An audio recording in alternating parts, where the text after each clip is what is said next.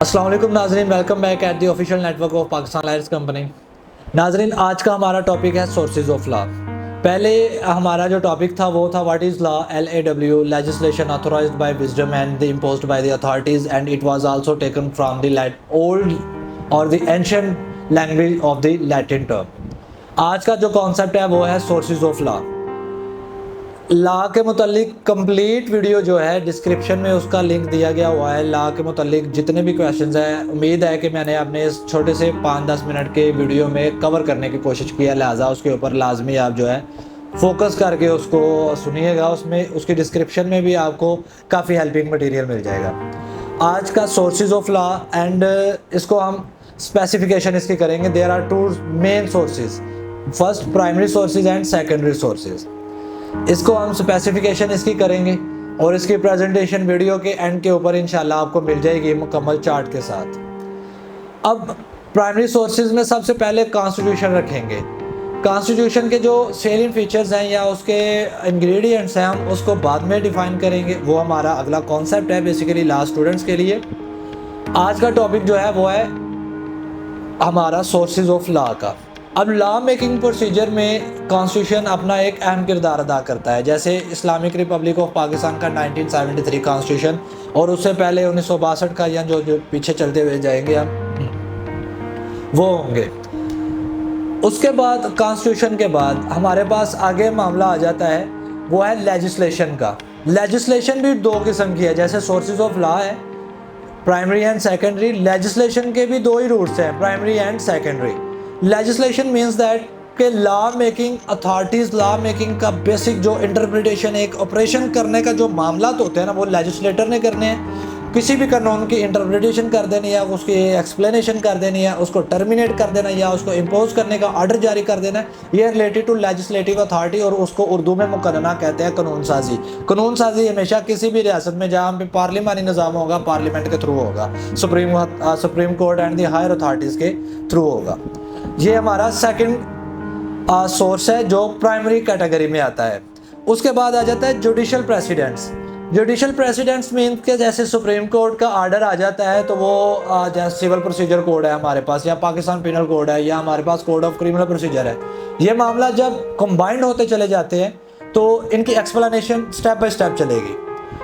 अब judicial presidents आ गए, हमारी कोर्ट्स की प्रोसीडिंग्स आ गई, जिनकी वजह से अमेंडमेंट हुई और एक कानून साजी एक नई तरमीम में चली गई। ये भी अपना एक अहम रोल प्ले कर रही है लॉ मेकिंग के लिए, जिसको हम थर्ड नंबर पे प्राइमरी सोर्सेज को एलिमिनेट करेंगे।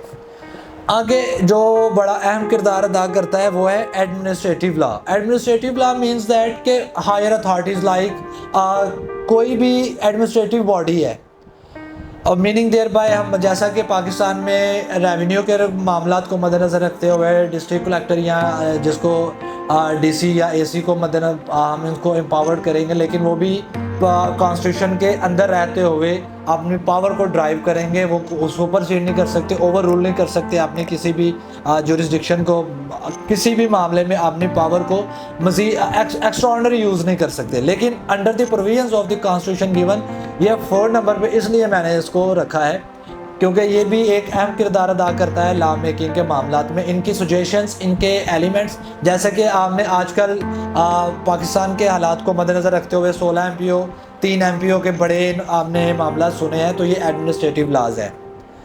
उसके बाद आ जाता है कस्टमरी लॉ। ये 5वें नंबर पे मैंने रखा, जबकि ये बहुत अहम नुक्ता है लॉ मेकिंग के लिए सोर्सेस ऑफ लॉ में। ये क्यों इम्पोर्टेंट है? Because customs playing a very important role for the law making procedures. अब जहाँ हम सब कॉन्टिनेंट से पाकिस्तान और भारत में तकसीम हुए, अब इससे पहले there were 2 major religion occupied on that region, Islamic and the Hinduism. अब दोनों के ट्रेडिशन, दोनों के कस्टम, दोनों के religious spiritual facts both were different. Mohammad Ali Jinnah, हमारे जो कायदे आज़म मोहम्मद अली जना है, इन्होंने इस चीज़ को बुनियाद बनाते हुए 2 कौमी नज़रिया सामने रखा जो बेसिकली डिपेंड करता था कस्टम्स के ऊपर। लॉ मेकिंग प्रोसीजर को मद्देनज़र रखते हुए मैं इसकी एक एग्जांपल आपको दे रहा हूँ बाय दी 2 नेशन थ्योरी, जैसे Hinduism and the Muslimism. That's why ये बड़ा crucial role and important role play करता है for the law making. Sources of law में इसको 5वें नंबर पे रखेंगे। अब इंटरनेशनल लॉज किसको कहते हैं? जैसे टू नेशंस के बिटवीन एक ट्रीटी साइन होती है। Treaty is like a such contract which is done between the two states. जैसे कोरिया का पाकिस्तान के साथ या किसी और स्टेट का किसी और स्टेट के साथ, डिफरेंट स्टेट्स में जो कॉन्ट्रैक्ट होते हैं किसी भी मामले को मद्देनज़र रखते हुए, जैसे हमारे पाकिस्तान में फ्यूल को मद्देनज़र रखते हुए, सुई गैस को मद्देनज़र रखते हुए, हमारे दीगर मसनूआत की दरामद और बरामद के लिए जो बेसिक लाज हैं, इनको इंटरनेशनल ट्रीटीज़ में अगर हम मोल्ड करके स्टडी करेंगे तो it is also very important element for the law making procedure and it is also playing a very important role as the sources of law. Guys, ये थे प्राइमरी सोर्सेज जिनको मैंने सिर्फ 5 नुकात के अंदर कवर करने की कोशिश की है। अगर मैं इसके ऊपर वीडियो बनाऊंगा तो यही 3-4 घंटों में चली जाएगी और मैं आपका कीमती टाइम बचाने के लिए इसको मुख्तसर कर रहा हूँ। आगे सेकेंडरी रोल आ जाते हैं। Secondary sources of law, secondary role क्या प्ले करते हैं ये जो सोर्सेज हैं? इनमें है लीगल कमेंट्री। लीगल कमेंट्री, अगर ये जो हमारे एडवोकेट ब्रदर्स हैं, हमारे जो वकला हजरात हैं, कमेंट्री को बड़ी अच्छे तरीके से समझ जाएंगे। क्रिकेट के शौकीन हजरात भी समझते होंगे जो कमेंट्री, एक पीछे बंदा स्पीकर जो अनाउंसमेंट देता रहता है, एक स्टोरी सुनाता है क्रिकेट की, रेडियो के ऊपर भी आप सुनते हैं लाइव कमेंट्री। वैसे ही जब कोई कानून बनता है, जैसे किसी भी सेक्शन को ले लें, किसी ऑर्डर को ले लें, उसके जब हम मेजर एक्ट को ओपन करते हैं उसके अंदर हमें थ्योरी मिलती है, उस थ्योरी को कमेंट्री कहते हैं। और commentary secondary sources of law में बड़ा इंपॉर्टेंट रोल जो है वो प्ले करती है for the law making procedure. This is also very important source for the law making procedures. उसके बाद आ जाता है treaties and text book. Treaties वही जैसे हमारा पहले था इंटरनेशनल लॉज का, और उसके बाद रिलीजियस लॉज। ये मामलात वो हैं सोर्सेज में treaties and the text book, ये अपना बड़ा क्रूशियल रोल प्ले करते हैं। इनमें रिलीजियस फैक्ट बहुत इंपॉर्टेंट रोल प्ले करते हैं। तो नाजरीन, ये आज का टॉपिक था सोर्सेज ऑफ लॉ का। पहले लॉ क्या है, लॉ ड्राइव कहाँ से हुआ, लॉ का बेसिक मकसद क्या है, ये हमने डिफाइन कर दिया था अपनी पहली वीडियो में, जिसका लिंक डिस्क्रिप्शन में अवेलेबल है और डिस्क्रिप्शन में इसकी मुकम्मल तफसील भी बताई गई हुई है। उसके बाद मामला आ जाता है सोर्सेज ऑफ लॉ का, यानी कि एक लॉ को किन जरियों के साथ बनाया जाता है और इम्पोज किया जाता है। उसमें प्राइमरी एंड सेकेंडरी जो मैंने आज की वीडियो में एक्सप्लेन कर दिया है।